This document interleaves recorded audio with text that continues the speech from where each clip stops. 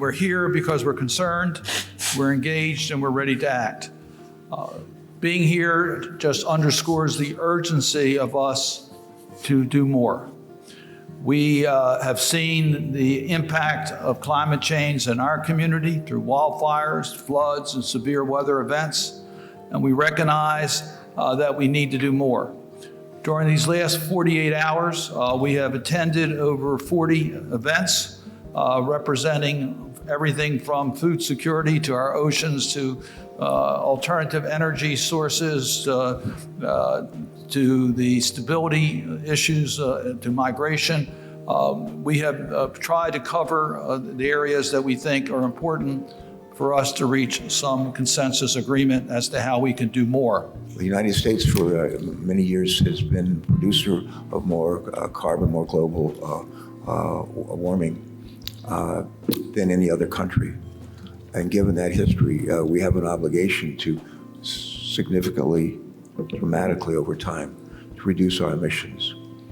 And not to pretend that we have all the answers, but to at least lead by our example. So many of these small islanded countries are not unlike parts of Alaska, where we are powered, our villages are powered by diesel-powered generation, by diesel that we fly in. That's not sustainable. And it's not sustainable for them either. And so let's figure out how we get off of that. But we can't flip that switch and make it happen tomorrow. So this is a collective effort. Watch the U.S. Methane Task Force. If it does a good job of rapid response to methane leaks, and then sets an example so that the entire world can rapidly respond to and shut down methane leaks, then by the time we gather again for a COP, we could have made very significant progress on methane leakage and have very good prospects for really plugging that problem. The Bipartisan Infrastructure Law, the Inflation Reduction Act are making record changes in our economy and in our country's investment. That will be a sustained effort, regardless of the outcome of our next election. I believe those will continue.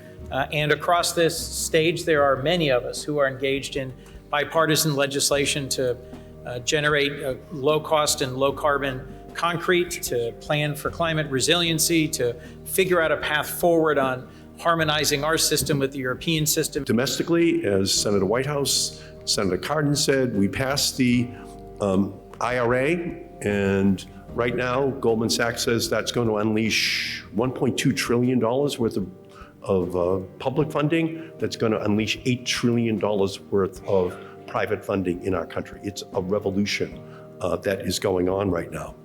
But internationally, the IMF and the World Bank, they're not doing enough at all. And they just have to stop financing fossil fuels around the planet. There is a reason that there is a kind of rearguard action to try to intervene and stop this progress, is that they see the writing on the wall. Markets have moved, steel is in the ground, jobs are being created, and everybody is moving in the right direction.